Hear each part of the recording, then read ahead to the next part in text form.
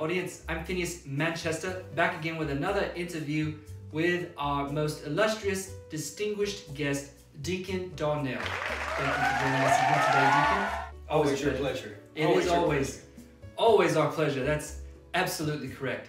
Now, folks, it is graduation season here in America, and in the South here, we've got the month of May. Several schools maybe have already had graduation. We've got several coming up. I know here specifically at our church, we have graduation coming up yet still. So we thought it would be providential to get Deacon Darnell on and have him share some advice for our graduating seniors. We know he's a very wise man of God. But before we get to that, Deacon, I did want to ask you maybe a project you've been working on. Would you care to maybe share some things you've got going on? Oh, absolutely. I appreciate the opportunity. I have in my hand here the complete volume of Deacon Darnell's Guide to Life. Everything a person needs to know in life from 0 to 100 can be found in this book.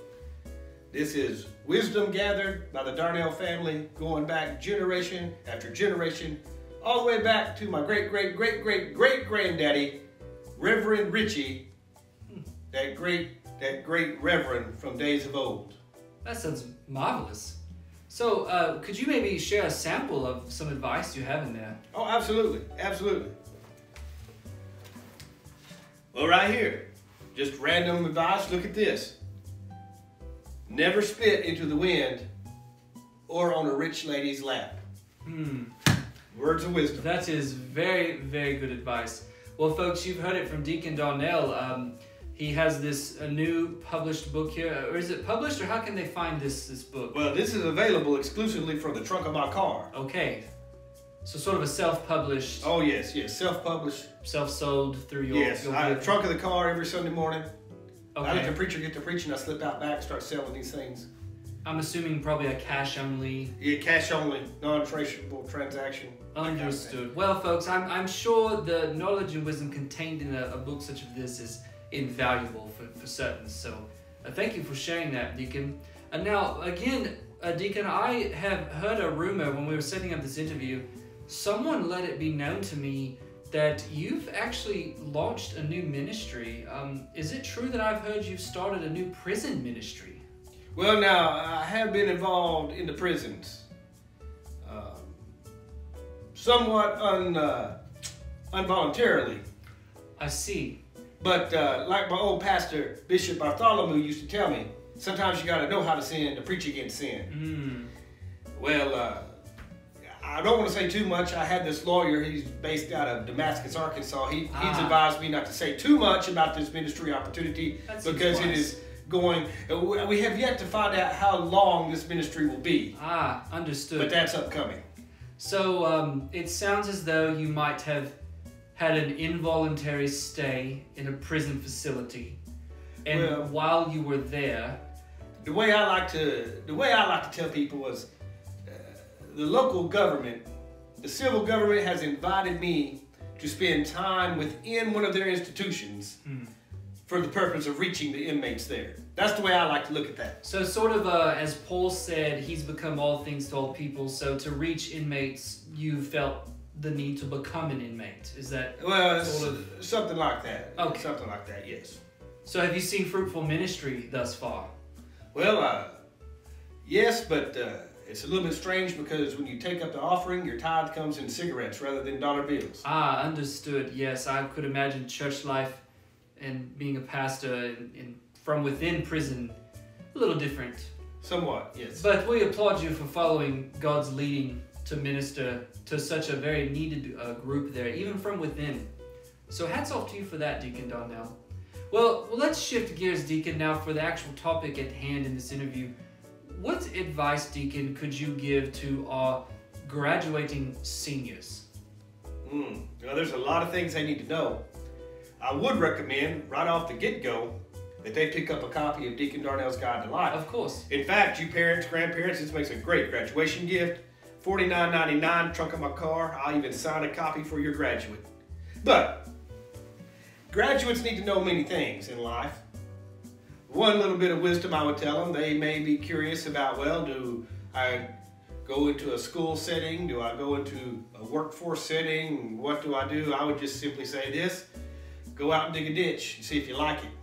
If you like digging ditches, dig a ditch. If you don't, do something else. Very good words of wisdom. Anything else? Well, I mean, it's just a time of life where things are changing. The world's at your grasp. Grasp all you can grasp, but don't grasp things that are attached to other people. Very good advice indeed. Yes, thank you for sharing that. Now, Deacon, when we sort of set up this interview, you did mention to me, and I was hoping you could maybe mention it to our graduating seniors and their families, but there seems to be confusion amongst graduating seniors because they're turning 18, they may already be 18, which is in many respects a legal adult at that point. But the confusion is over filing taxes. Oh, yes. So could you speak a little bit to your advice on when someone should maybe view themselves no longer as a dependent legally? I'm glad you brought that up. This is a very important point. This is probably one of the most important points that one of these young people need to understand. These young people are graduating high school. They're going off, let's say they start college. What they don't know is that their parents are still claiming them as dependents on their tax return. Most definitely. Now, if your parents are claiming you as a dependent, you yourself, in order to be honest, should be a dependent. So everything you depend for, money, housing, clothes, food, transportation, anything, you be as dependent as you can. In fact, I would even raise this argument to my parents. If you are an honest person and you claim me as a dependent, you must solely and outright support me as a dependent. That's just a little tidbit they need to put in their back pocket. That is very interesting advice, because I would dare say most seniors probably are not aware that their parents will still be claiming them as a dependent. Parents are sneaky that way. And as you mentioned, it becomes a moral issue at that point of if you're being claimed on paper as a dependent, then it goes without saying, then you should live like you're their dependent. That's right. It's the only honest thing to do. It would be. It's the only honest thing to do. Now, what advice would you give to seniors who maybe they're staying local or they're moving off somewhere? What advice though would you give about their church involvement, such as finding another church, or what to look for in a church should they move, or how connected should they stay to their church as a senior? Well, church involvement is very, very crucial, very important. Now, of course, we could go through the scriptures and pull out what the Bible has to say about assembling ourselves together and so forth, but they know all that. Let me give them some Deacon Darnell practical wisdom on this. Exactly.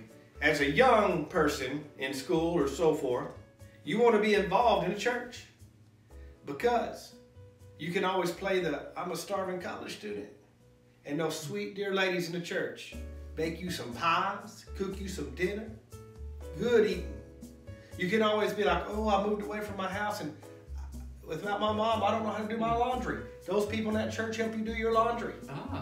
You could even, if you got in really good with them, make out like, I just can't even afford a place to live. You might get someone to let you move into their house and treat you as their own child. I see. Take care of you completely. Marvelous. So, now I would just say this one thing, little caveat to this advice. If you're looking for a church because you're not staying local and you need to find you a church, most people won't tell you, make sure they're biblically sound. Make sure they follow true doctrine. Make sure they're a Great Commission church and so forth. My advice to you is this: look at the ratio of young women to young men. If you're a young man, you want to find that church where the boys are outnumbered 3 or 4 to 1 to the girls. It'll be a lot easier to find dates that way. I see. That's very sound advice for searching for a new congregation. Marvelous. Yes, I'm sure we would search deeply somewhere and find that in Scripture.